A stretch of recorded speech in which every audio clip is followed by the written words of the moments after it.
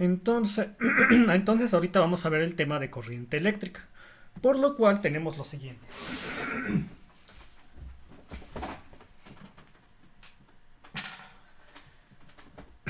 Aquí tenemos un hilo de material conductor, por el que se traslada la carga eléctrica. Aquí tenemos la sección transversal al material conductor, siendo que esta sección transversal también es transversal a la dirección de propagación de las cargas eléctricas a lo largo del material conductor. Por lo que tenemos una determinada cantidad de carga que atraviesa la sección transversal tanto a la dirección de propagación de la carga como a la dirección en la cual se proyecta el material conductor en determinada unidad de tiempo. Nosotros podemos manejar esta cantidad de los incrementos como en términos de la derivada, es decir, la derivada de la carga. Con la derivada de la carga con respecto al tiempo sería la corriente, porque precisamente la corriente es la cantidad de carga que estaría atravesando la sección transversal a la dirección de propagación de la carga en cada segundo. Y esa sería la definición de la corriente. Ahora, vamos a ver qué es lo que sigue en el temario. Ya hemos definido la corriente con respecto a la carga.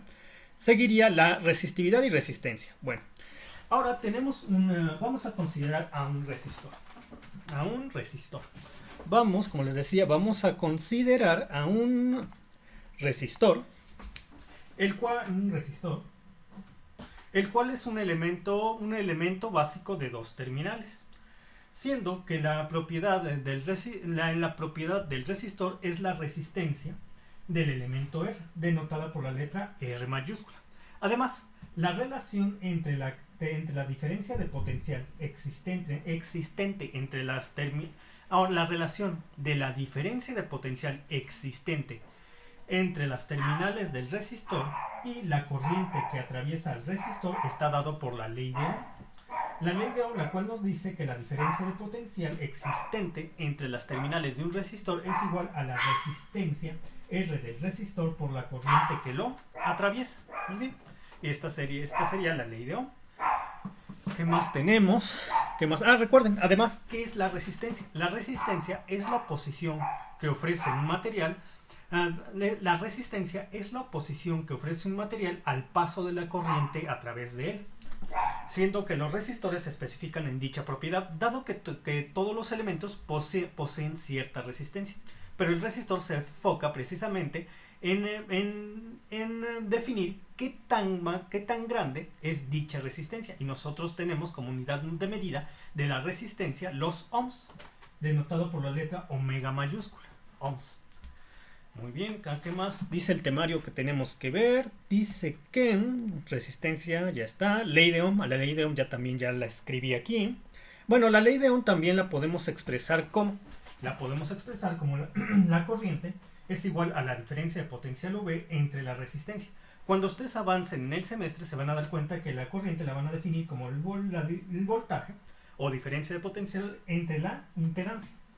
Lo que pasa es que la impedancia nos ayuda a definir resistencias ya cuando pasamos al plano complejo, que es cuando nosotros analizamos bobinas y capacitores en una red de corriente alterna. Pero eso lo verán en los próximos semestres.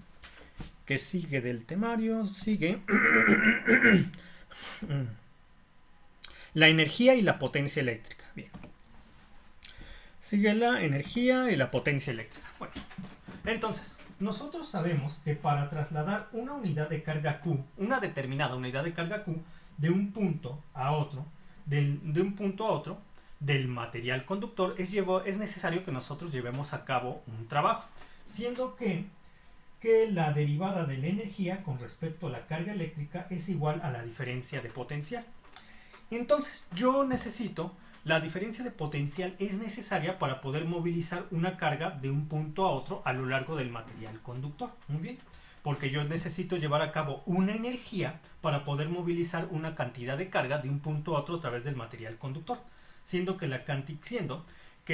tenemos una determinada cantidad de energía por unidad de carga.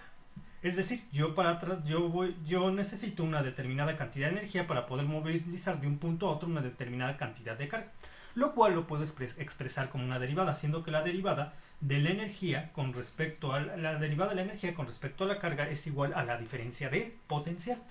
Ahora, ¿qué pasaría Si una determinada cantidad de carga es movilizada por una determinada cantidad de una determinada diferencia de potencial V a través de una determinada unidad en el tiempo, o un determinado intervalo de tiempo, delta t, siendo que para nuestro caso el intervalo de tiempo delta t tiende a cero, entonces nosotros estaríamos utilizando el concepto de la derivada en esta expresión de la cantidad de carga con respecto al intervalo de tiempo, cuando el intervalo de tiempo tiende a infinito. Nosotros, al llevar a cabo esta aproximación, esta de acá, estamos llevando a cabo el concepto de derivada sobre esta expresión de tal forma que el voltaje, tendríamos la diferencia de potencial V o voltaje por la derivada de la carga con respecto al tiempo, siendo que nosotros ya sabemos que la derivada de la carga con respecto al tiempo es la corriente, de tal forma que la diferencia de potencial V o voltaje por la corriente es igual a la potencia eléctrica, cuya unidad de medida son los watts. Los watts, perfecto. Los watts. Y cuando nosotros manejamos elementos básicos pasivos, como son resistores, capacitores y bobinas, se dice que la potencia eléctrica está siendo consumido por estos. Cuando nosotros estudiamos o analizamos elementos básicos activos, como son las fuentes de alimentación, fuentes de voltaje y fuentes de corriente, decimos que la potencia está siendo suministrado por estos mismos. Muy bien. Entonces ya tenemos potencia eléctrica. ¿Qué más? Dicen... Ahora tenemos la fuerza electromotriz. La fuerza electromotriz. Muy bien. Para que quede explicado de una forma más práctica la fuerza electromotriz, yo voy a recurrir a explicar las propiedades de otro elemento básico pasivo, en este caso de una bobina. Una bobina es aquel elemento básico que presenta entre sus terminales una diferencia de potencial V, la cual está dada por la siguiente expresión, derivada de la convolución del flujo magnético con respecto al tiempo. Y ustedes dirán, ¿qué es la convolución de flujo magnético? Bueno, el término convolución quiere decir superposición. En este caso está relacionado con la superposición de las líneas de flujo magnético que generan las bobinas, las cuales se entrelazan entre sí cuando existen acoplamiento magnético entre bobinas. Pero para que nosotros podamos analizar de una forma más consistente, más fácil, una bobina, primero vamos a analizar qué es lo que le pasa a una espiga de material conductor cuando está atravesada paralelamente por una línea de flujo magnético. Cuando esto ocurre, y aquí tenemos una resistencia, cuando esto ocurre se genera una fuerza electromotriz entre estas dos terminales, entre estos dos puntos. Permítanme tantito, debo confirmar un pequeño detalle. Entonces, como les estaba comentando, se genera una fuerza electromotriz entre este terminal y esta terminal, de tal manera que tenemos una corriente fluyendo en esta dirección del punto B al punto A mayúscula. Muy bien, ¿qué dice la ley de Faraday de inducción magnética? La ley de Faraday de inducción magnética establece que la fuerza electromotriz, que cuando el flujo magnético atraviesa perpendicularmente a una espira, la fuerza electromotriz generada es igual a la derivada negativa del flujo magnético con respecto al tiempo. Pero cuando nosotros analizamos circuitos eléctricos, dado que para resistores como el que está aquí estamos hablando de caídas de voltaje y la fuerza electromotriz es una subida de voltaje, entonces para definir la caída de voltaje en la espira, que está dada por la caída de voltaje entre este punto y este punto, esta estaría dada por la expresión menos la subida de voltaje, porque como les estaba comentando, la caída de voltaje, el voltaje que nosotros estamos teniendo entre este punto y este punto es una caída de voltaje. La fuerza electromotriz es una subida de voltaje. Entonces, para que la fuerza electromotriz y la caída de voltaje que nosotros queremos expresar, bueno, para que la caída de voltaje que nosotros, en este caso de la espiga, se pueda definir, esta sería igual a menos la subida de voltaje de la fuerza electromotriz. Entonces tendríamos esto sería menos de la fuerza electromotriz, que es esta expresión de aquí, por lo que nosotros tendríamos menos por menos más, de tal manera que la derivada del flujo magnético con respecto al tiempo sería la caída de voltaje de la espira. Y una bobina está formada por un número de n espiras.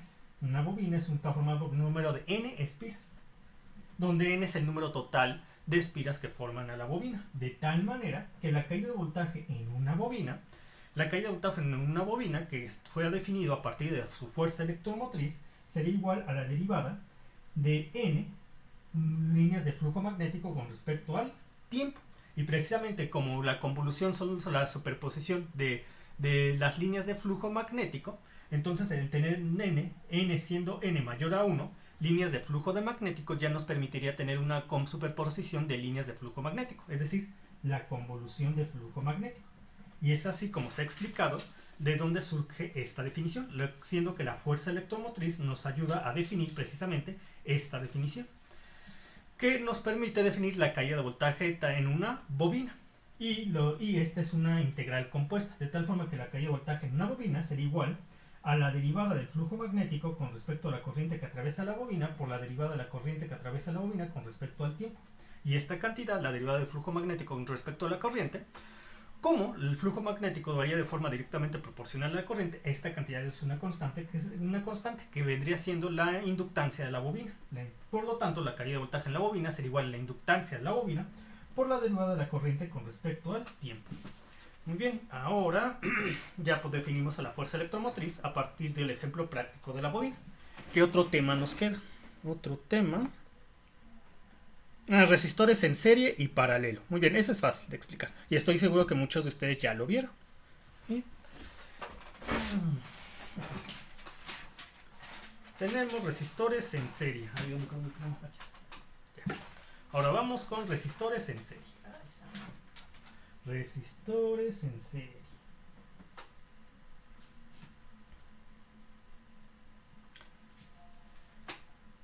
Resistores en serie.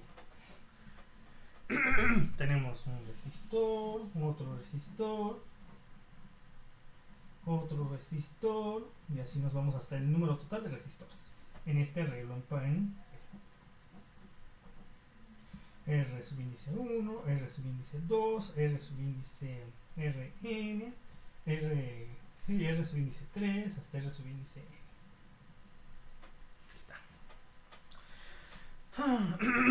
Entonces, la resistencia total, o simplemente la resistencia R, para un arreglo en serie de resistores sería igual a la resistencia 1 más la resistencia 2 más la resistencia 3, así hasta el número total del arreglo en serie de resistores, lo cual lo podemos expresar como la resistencia total es igual a la suma o sumatoria desde L igual con 1 así hasta N, siendo N el número total de resistores del arreglo en serie de resistores, R subíndice L. Ahí está.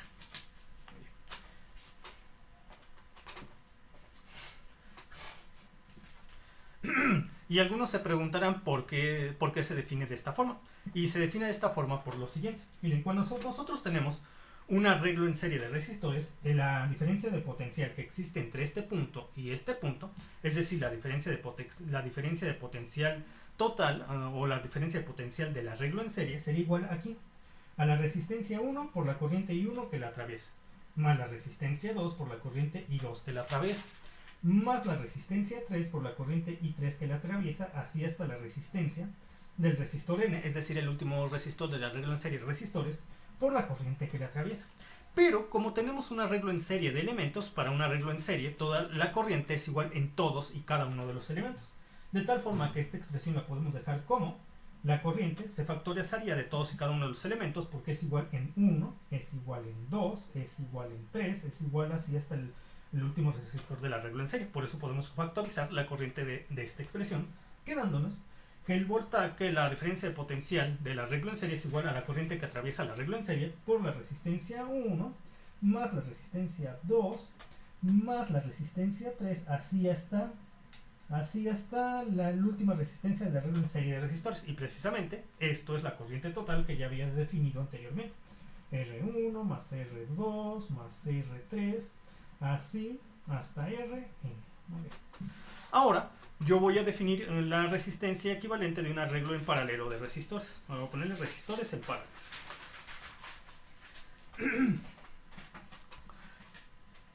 Resistores en paralelo. Resistores en paralelo.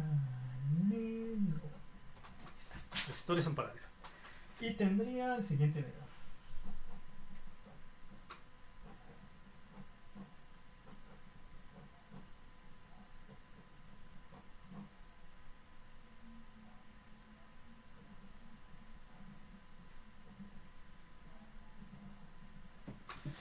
Entonces yo tengo este conjunto en paralelo de resistores, desde el resistor 1 hasta el resistor N, siendo en el último resistor del arreglo en paralelo de resistores.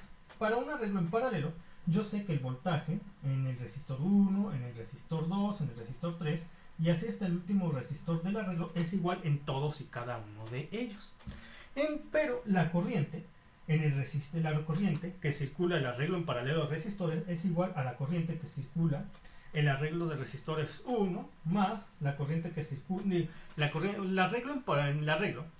corriente en este arreglo en paralelo de resistores es igual a la corriente que circula el resistor 1 más la corriente que circula el resistor 2 más la corriente que circula el resistor 3 y así hasta el último resistor del arreglo en paralelo de resistores. Por ley de Ohm, yo sé que la corriente es igual a la diferencia de potencial V entre la resistencia, de tal forma que la corriente que atraviesa el arreglo en paralelo de resistores será igual a la corriente del resistor 1, que puede quedar expresado por el voltaje del resistor 1 entre la resistencia del resistor 1, más la corriente que atraviesa el resistor 2, que puede quedar expresado como la diferencia potencial del resistor 2 entre la resistencia del resistor 2, más la diferencia potencial del resistor 3, que es V3, entre la resistencia del resistor 3, y así hasta la última diferencia de potencial del arreglo en paralelo de resistores.